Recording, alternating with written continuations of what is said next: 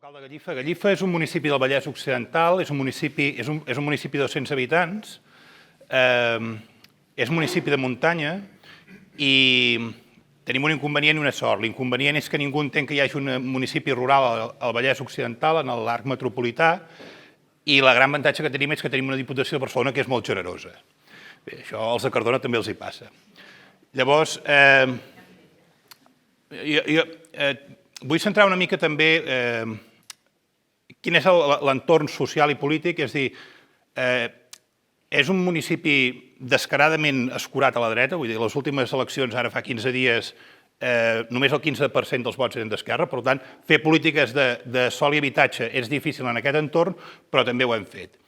I bàsicament, el govern municipal és un govern entès liberal en el bon sentit de la paraula. És a dir, liberal és la igualtat d'oportunitats i el neoliberal és l'absència de regles. Per tant, estem on estem. Llavors, què li passa a Gallifa? Nosaltres, en l'entorn rural, vam detectar dos problemes. Un és el despoblament i l'altre és el desarrelament. El despoblament és que la gent marxa dels pobles, no entrarem a discutir les causes, però els trets és que apareix un parc d'habitatge buits. Ens passa una cosa que aquí al Pirineu també us passa, que és que la gent que marxa segueix quedant-se a la casa pensant que un dia, quan es jubili, tornarà o que un dia tornarà a viure allà, però mentrestant no fan res i les cases van caient.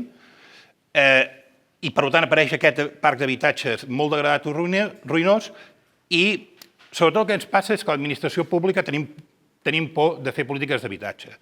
Jo vaig ser regidor el 2003 i llavors vaig ser alcalde el 2013, entremig vaig estar fora de l'Ajuntament, i el 2005 jo recordo que va haver-hi una reunió, en aquell moment, al Departament de Medi Ambient i Habitatge, i jo vaig fer una crítica. Dic, mira, el Franco s'hi va estar més o menys uns 30 anys, i ara portem 30 anys de democràcia.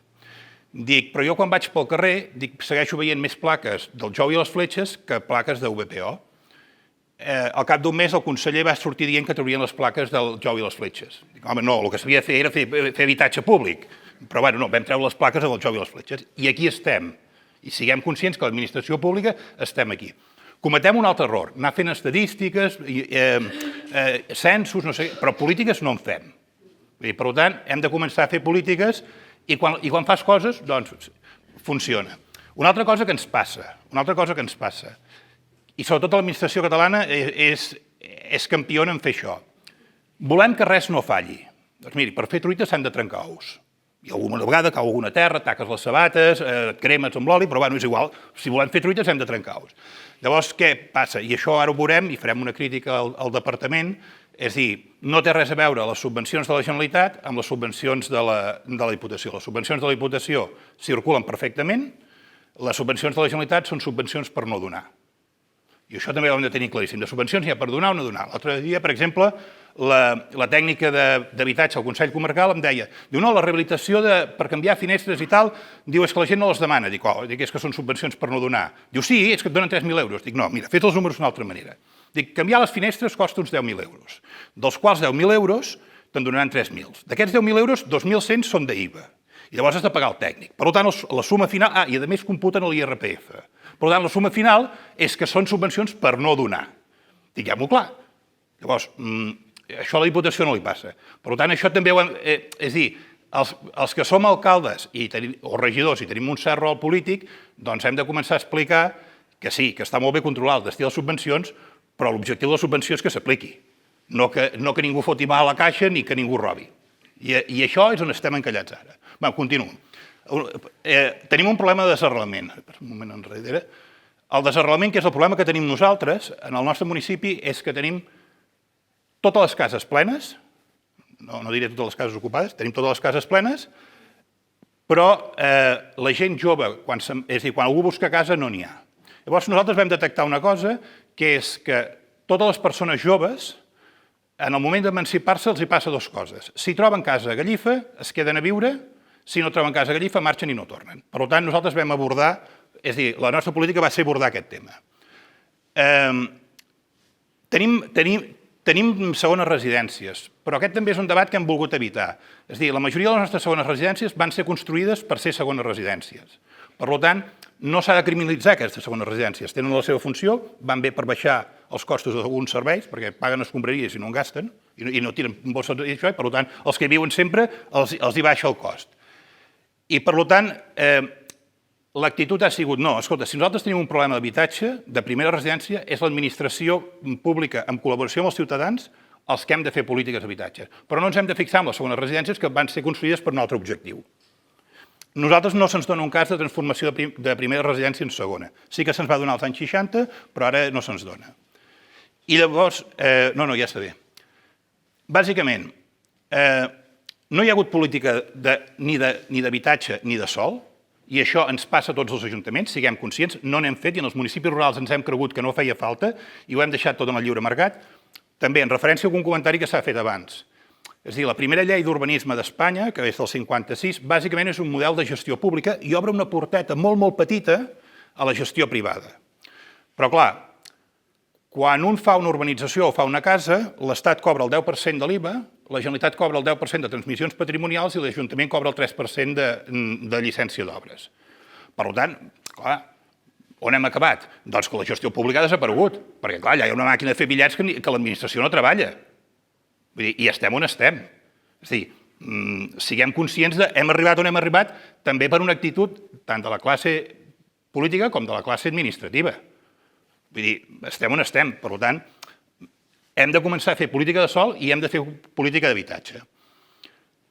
Llavors ens trobem, en l'àmbit del sòl, nosaltres ens trobem amb un problema, que és que tenim bastants solars buits que la gent els reté en funcions especulatives, perquè es pensen que valdran molts diners. Més o menys a Gallifa val uns 60.000 euros per solar.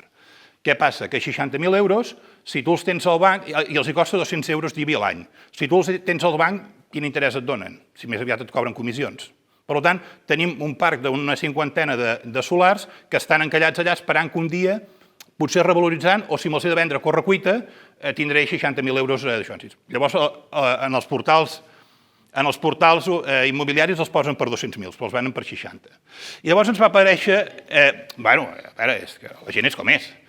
I llavors ens va aparèixer un petit parc d'infrahabitatges que és on nosaltres a nivell públic hem actuat. És a dir, són habitatges que s'han anat degradant, bàsicament són habitatges de gent que havien emigrat fora de Gallifa, que havien anat a viure a Barcelona i tal, i que els havien anat llogant i cada cop estaven pitjor. Llavors, què passava? Que, com que estaven pitjors, llogaven per preus més baratos, com que es llogaven per preus més baratos, es llogaven a gent que tenien problemes econòmics i, per tant, al final, nosaltres, l'Ajuntament es convertia en una casa de caritat, però, sobretot, el lloguer el cobrava el particular. Passa'm la diapositiva, sisplau. Llavors, un altre biaix que hi ha molt, i sobretot el té la Generalitat, és que la gent es pensa que l'habitatge públic ha de ser habitatge social. No, l'habitatge social és un dels models possibles, però els ajuntaments podem desenvolupar molts altres models. És a dir, habitatges tutelats, que ja se n'ha parlat, habitatges per emancipació, hi ha l'habitatge social, els de per emergències, nosaltres, per exemple, tenim algun nòmada digital, i també hi ha les autonecessitats públiques. Per exemple, això, no sé si va ser a Terres de l'Ebre, no sé si va ser a Caceres o Arnes o alguna cosa així, que ells volien tenir un metge i li van dir, escolti, miri, si vostè ve a fer de metge aquí a Caceres, la casa la té de franc. Però tenen metge a Caceres. No sé si era Caceres o Arnes, un d'aquests. I llavors l'altra cosa que s'ha de tenir molt clar, que nosaltres també ho vam tenir clar, és que per cada model d'habitatge públic que tu crees, tu hauràs de prestar uns serveis. Si tu et dediques a l'habitatge social, doncs vés preparant la cartera dels serveis socials perquè allò s'haurà de pagar. I acabaran no pagant l'aigua, i hauràs de pagar la pobresa energètica, etc. Municipis petits com els de Gallifa som tan pobres que no podem tenir més pobres. Ja està. 300.000 euros de pressupost a l'any, doncs no podem repartir més la misèria. I, per tant, s'ha de ser conscient que hi ha una capacitat molt limitada de prestació de serveis en aquests municipis. Però també s'ha de tenir clar una cosa. És a dir, si tu crees qualsevol model d'habitatge, has de ser capaç de prestar tots els serveis associats. Per exemple, nosaltres que ens vam dedicar a l'habitatge emancipació, Doncs des del 2015 la cobertura de fibra òptica va ser integral a tots els nuclis, són 2 nuclis de població, Gallifa, va ser integral a tots 2 nuclis de població i a les cases de pagès. Nosaltres, Catalunya Vella, per tant, tenim tota una dispersió de masos i tal. I llavors, i per tant va passar una cosa molt curiosa, que és que quan nosaltres vam treure l'habitatge d'emancipació, el que va causar molta sensació va ser que nosaltres vam demanar renda mínima. És a dir, si vostè no pot acreditar que pot viure sol, es quedi a casa els papes. Perquè si no, al final, li acabarem traient els mocs a l'Ajuntament. Es quedi a casa i ja està. Llavors el que vam fixar és una renda que, com a mínim, havien de poder acreditar una renda 3 vegades el cost del lloguer. Això ens posàvem a nòmines de 1.200 euros, tampoc estem parlant de res de l'altre món. Però també el que volíem evitar és que quan s'emprenyessin amb els pares llavors tinguessin el cop de geni i volguessin marxar de casa però que els hi seguissin rentant la roba, que això passa. I llavors, i a nosaltres ens passa molt que hi ha una cosa que hem de vigilar. Aquí al Pirineu no us passa tant, que és que els que no poden pagar una casa a Barcelona se'n van a la Plana del Vallès, els que no poden pagar una casa a la Plana del Vallès se'n van a les muntanyes del Vallès i els que no acaben a Cardona, i al final la pobresa la vas empenyent cap amunt. Però la vas empenyent cap a llocs on hi ha menys serveis socials i que, per tant, no hi ha transport públic i han de tenir cotxe, han de pagar la benzina i anem sumant coses. I, per tant, aquest problema de gentrificació a Barcelona al final acaba anant cap a la Catalunya interior. Vosaltres jo crec que encara no us ha arribat. I l'altra cosa és que si vols fer polítiques de repoblament has de mirar d'anar absorbint tota la població que et va venint, perquè si no passa el de sempre, que els vingueren, cada casa ens tragueren i al cap de 5 anys tens allà uns lius en el poble, que és a dir, quan ningú es queixava del soroll de les campanes i ningú es queixava que el ramat passés per la plaça del poble, ara hem d'escombrar la plaça del poble. Aquestes coses passen i s'ha de ser conscient. Llavors, accions que hem fet. Una és el registre solar sense edificar. Això va causar furor, però va ser culpa dels d'urbanisme. La llei d'urbanisme, des de l'any 56 o 54, no és la primera, crea el registre solar sense edificar. El registre solar sense edificar, bàsicament, és un registre que tu hi poses el solar sense edificar i si en 2 anys no s'han edificat, tu pots forçar a posar-los a subhasta o els pots expropiar. Això en democràcia no ho ha fet ningú i en dictadura només ho va fer Tarragona. Llavors, jo quan vaig parlar amb el tècnic d'urbanisme que ens tocava a nosaltres, en Joan Passola, vaig dir que és que a nosaltres ens falta solars. Diu, no, a vosaltres no us falta solars, vosaltres heu de mobilitzar els solars. Dic, vale, doncs ho farem. Llavors es va estar 7 anys per aprovar-ho, perquè llavors li feia por. I al final m'ho va reconèixer que li feia por. Diu, és que ningú s'havia atrevit a fer-ho, jo em pensava que no ho faries. Dic, bueno, doncs ho hem fet. Ho vam fer de la mà de la Diputació de Barcelona i què ha passat? Que immediatament que es va, sense tenir ja formalitzat el registre, bàsicament el que ha passat és que han començat a aparèixer cartells de solar en venda. Ja és l'objectiu. No tinc cap interès ni d'expropiar ni de subhastar-los. El que tinc interès és que es mobilitzi. Es va emprendre una acció contra els... Tira-me'l enrere, sisplau.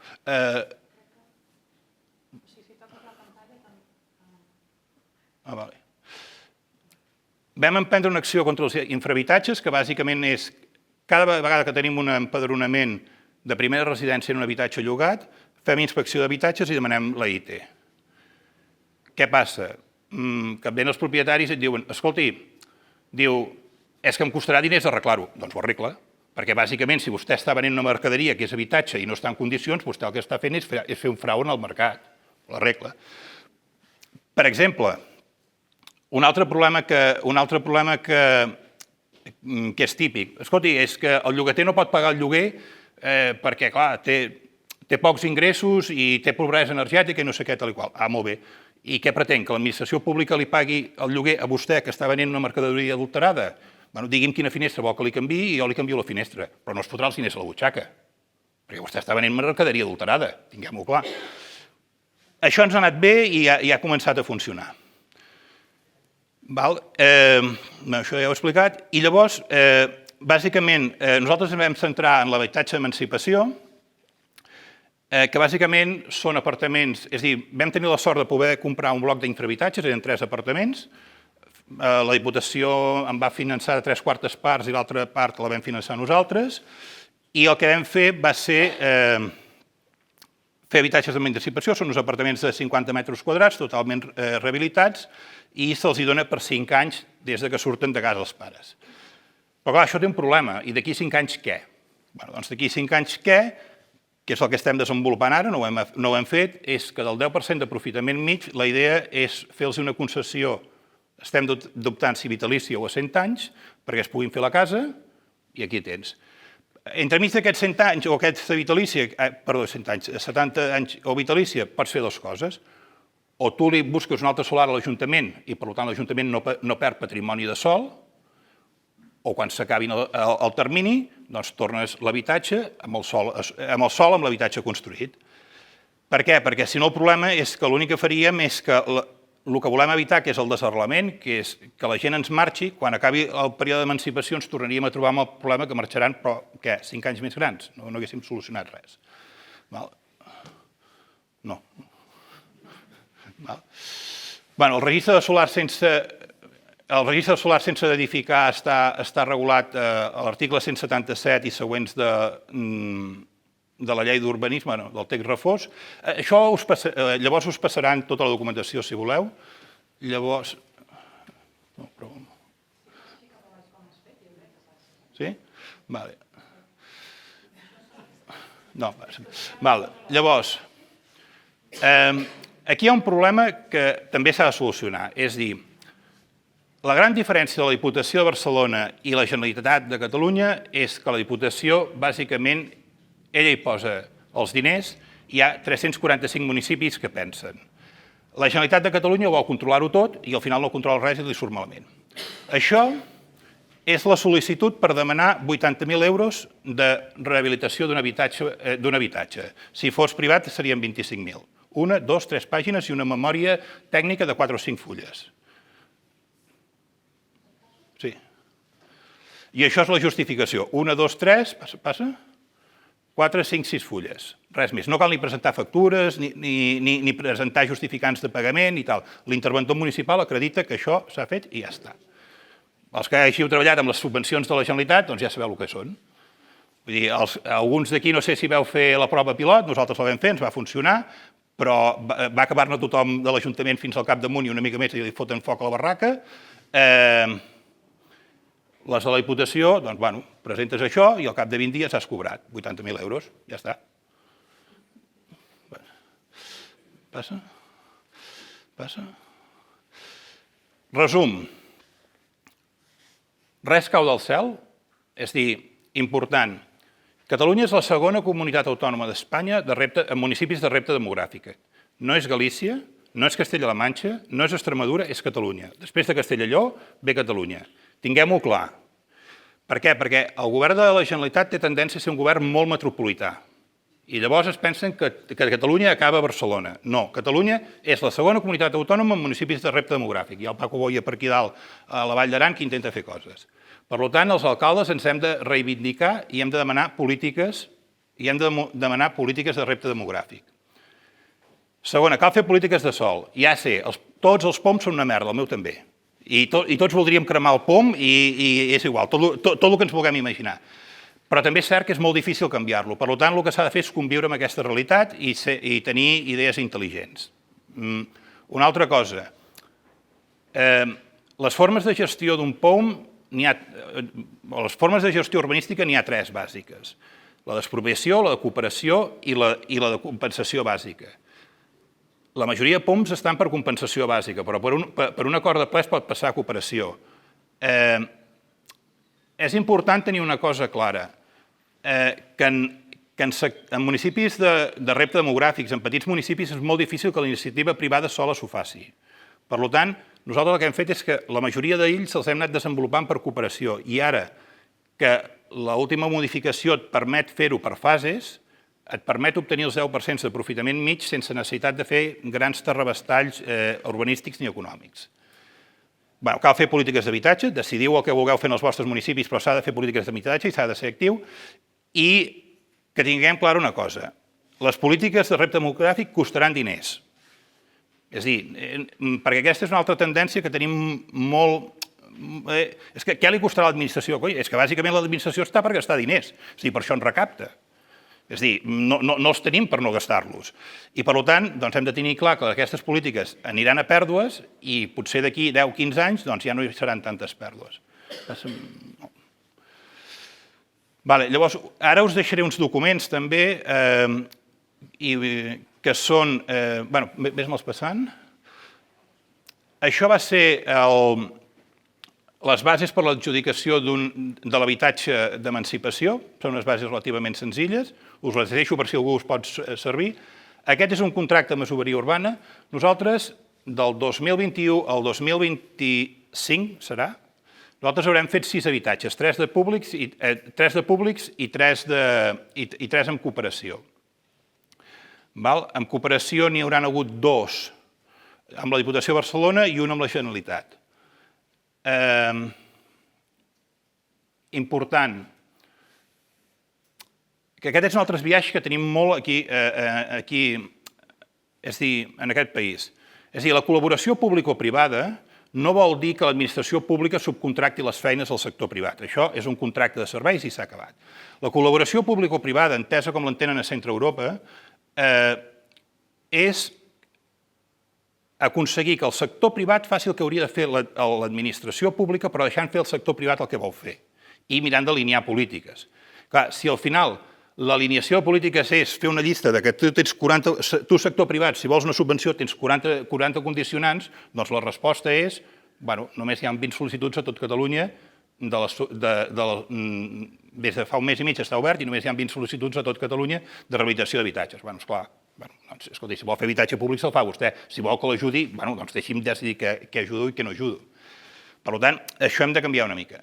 Ara us faré una llista, us passaré una mica el que hem fet. Aquest va ser el primer que vam fer, que va ser un habitatge privat. Aquest era un cas d'un home que se'n va anar a viure, es va jubilar a Canàries i llavors va trobar un masover urbà i va haver-hi 40.000 euros de despesa, 20 del masover urbà i 20 del sector públic. Aquest va passar una anècdota, que és que quan vam tenir l'obra acabada em va dir, escolta, Mateu, saps una bona notícia? Dic, sí, quina és? Diu, serem pares. Dic, enhorabona. Dic, i quan sereu pares? I em va donar una data, i jo amb els fills vaig comptar 9 mesos enrere, i quan ja anava pel mes 5è em diu, no, continuïs. Quan ens vas dir que teníem l'ajut vam decidir que podíem tenir un fill. Ara em van dir que anàvem pel segon. Aquí bàsicament va ser un habitatge dels anys 70 que el que es va fer va ser rehabilitació interior. Aquest no tenia problemes estructurals. L'habitatge a Can Montner era un bloc d'habitatges que se'ns havia convertit en un focus d'infrahabitatges. Era una persona soltera, prop de jubilar-se, i ens el va oferir. Llavors, 3/4 parts ho va pagar la Diputació a l'adquisició i 1/4 ho ha pagat l'Ajuntament. Són habitatges de 50 metres quadrats i els hem anat rehabilitant any per any. Rehabilitacions integrals, sense cap més problema. Això va ser l'any 2022. Ara si me'l passes. El 2023 vam entrar amb la prova pilot d'habitatge en món rural de l'Agència Catalana de l'Habitatge. Com que era una prova pilot i ens deixaven fer el que volíem, va funcionar bé. Va costar bastant a nivell de paperassa, però va funcionar bé. Llavors, quan van treure l'any següent, que va ser l'any passat, quan van treure el programa per habitatges públics, llavors no s'hi va presentar ningú. Se'ls hi va espatllar. Aquí què vam fer? En el cas anterior també, quina és la participació de l'Ajuntament? Bàsicament, la direcció d'obra i els projectes els posem nosaltres. Quan hi ha sector públic i sector privat, el que sí fem sempre és que exigim que el sector privat dipositi a la tresoreria municipal la seva part de diners, perquè si no, aquí tothom s'anima a començar les obres i ningú paga. En aquest cas, per exemple, hi havia crèdit bancari, hi havia una hipoteca, i llavors el que vam pactar és que el banc ens anava dipositant els diners a la tresoreria municipal. Va anar raonablement bé. Vam començar amb un habitatge que estava fet d'un d'allò i ha acabat amb una cosa bastant deixent. Això estava en un nucli agregat, al veïnat de la Ferreria. Aquest any estem fent la planta pis, aquest any hem acabat la planta pis de l'habitatge a Can Montner, el segon dels habitatges, que, si el passes, encara hi teníem els fogons de carbó i tota la història, i ha quedat un habitatge raonablement bé. Això també us ho poso. Aquests són els ajuts d'adquisició d'habitatges de la Diputació. 1, 2, 3 pàgines. S'ha acabat. Això, 66.000 euros. I això és l'informe tècnic per valorar l'estat de l'habitatge i si val la pena comprar-lo o no. 6 pàgines de creueta, creueta, creueta. La justificació de despeses, 3 pàgines, i la memòria de l'activitat, 3 pàgines més. Resum. Tot és possible, però s'hi ha de posar voluntat.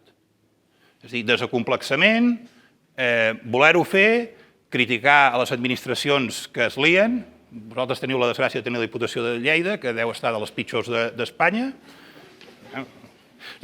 La de Barcelona està molt bé perquè és bona i té diners, la de Girona i la de Tarragona és bona però no tenen diners, i la de Lleida és un desastre, ja ho sabem, però us hem d'ajudar. I per això us he posat els models perquè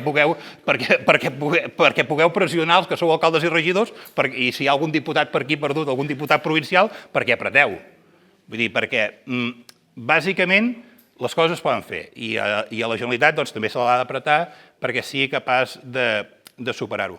A la Generalitat jo crec que se li ha de fer una crítica, que és que no implica els ajuntaments en els projectes. És a dir, la Generalitat té un problema molt acusat, que és que cada cop, com més va, menys interactua amb els ajuntaments. És a dir, la Generalitat va per la seva banda i els ajuntaments que van per una altra. És important, en projectes de repte demogràfic i en projectes d'habitatge, que hi hagi una col·laboració activa entre la Generalitat i els ajuntaments. Al final, si la direcció d'obra la poden portar els arquitectes municipals, si la selecció dels habitatges potencials hi té un pes important als ajuntaments, i si el control de la despesa està més o menys en seu local, la possibilitat d'èxit és important. Per aquí hi ha el Sergio. Sergio, aixeca la mà. El Sergio ve de la Catalunya Central, del grup líder. A mi em va sorprendre, l'any 22, un quart dels projectes que s'havien finançat amb ajuts líders i que havien acabat les obres, no es van poder pagar les subvencions perquè la Generalitat encara no havia tramitat tots els papers que havia de tramitar. És a dir, la frustració que això genera en el ciutadà és brutal. Per tant, però clar, la Generalitat de Catalunya no pot pretendre arribar als 946 municipis de Catalunya amb l'estructura que té, perquè té l'estructura que té, és igual. No discutirem si està millor o està pitjor. De fet, està pitjor, però és igual. Per tant, necessita la col·laboració dels ajuntaments i, per tant, això hem de fer un esforç, alcaldes i regidors, de pressionar perquè les polítiques d'habitatge realment s'integrin en un àmbit de col·laboració. Jo he fet l'espeech polític i ja està. Ja està. Bàsicament és això. 6 habitatges en 5 anys. Es pot fer, no tingueu por.